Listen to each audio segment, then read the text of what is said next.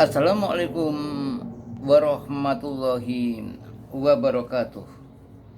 Alhamdulillah kita telah sadar sebagai hamba Allah yang beriman untuk beribadah.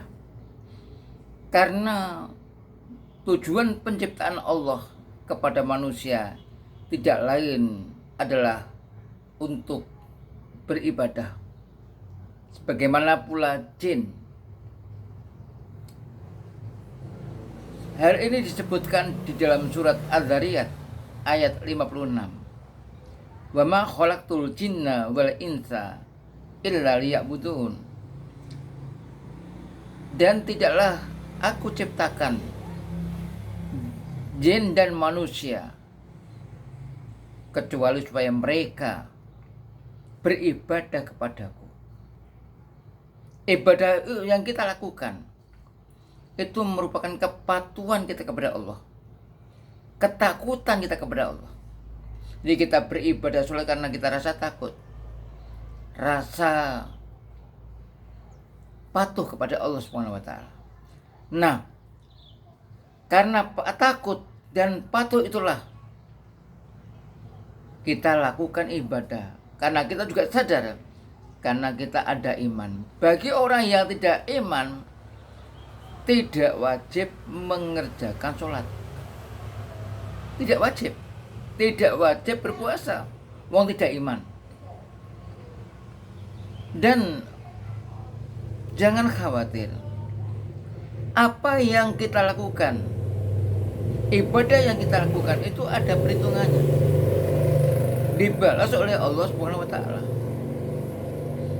Jadi awal kita ibadah itu adalah didorong oleh dua kekuatan. Yang pertama adalah kepatuhan dan kedua adalah ketakutan. Ini yang sebagaimana disampaikan oleh mantan Menteri Agama Muhammad Tolkah Hasan. Nah, bagaimana agar ibadah-ibadah itu berkualitas, atau muatannya apa ibadah yang berkualitas itu? Ibadah berkualitas memiliki nilai yang tinggi itu jika di dalamnya ada aspek kekaguman, keikhlasan, kepatuhan, pengharapan, dan sekaligus kecintaan. Jadi kalau kita ini beribadah karena kecintaan kepada Allah, karena mengharapkan ridho Allah, karena kepatuhan, karena ikhlas semata-mata karena Allah, ini ibadah kita berkualitas. Tentu kita semuanya mengharap kita mampu beribadah yang berkualitas. Nah, sering kita dengarkan, kita ulang-ulang, di antara bentuk ibadah yang berkualitas itu, di depannya itu ada pengkhususan. Innamal mu'minuna, sebagai contoh dalam surat Al-Anfal ayat 2. Sesungguhnya orang-orang mukmin itu, orang mukmin yang sejati, orang mukmin yang ibadahnya berkualitas, idza dzukirallahu wajilat qulubuhum. Apabila disebut asma Allah, maka gemetar rasa takut qulubuhum, hati mereka. Karena rasa takut, maka tidak berani untuk melakukan kemaksiatan, tidak berani melanggar aturan-aturan yang telah diterangkan oleh Allah dan Rasulnya. Wa idza tuliyat alaihim ayatuhu yatadhum imanan.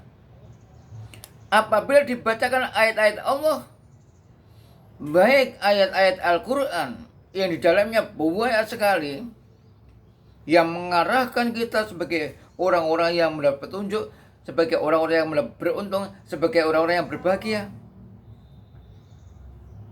maupun ayat-ayat kauniyah, yaitu ayat-ayat yang berupa alam semesta.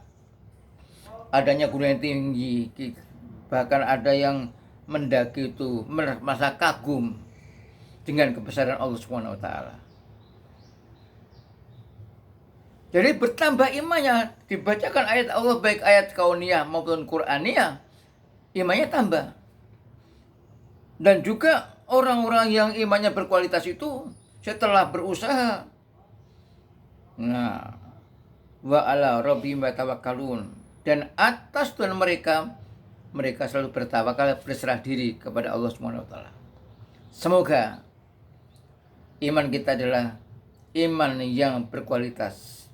Ibadah kita berkualitas, berarti kita sebagai orang iman yang berkualitas. Hal ini tidak dapat kita capai kecuali kita mendapat rahmat Allah. Karena itu kita harus mendekat kepada rahmat Allah. Untuk mendekat kepada rahmat Allah, maka kita harus dekat kepada Allah Subhanahu wa taala dengan melaksanakan perintah-perintahnya dan menjauhi larangannya. Assalamualaikum warahmatullahi wabarakatuh.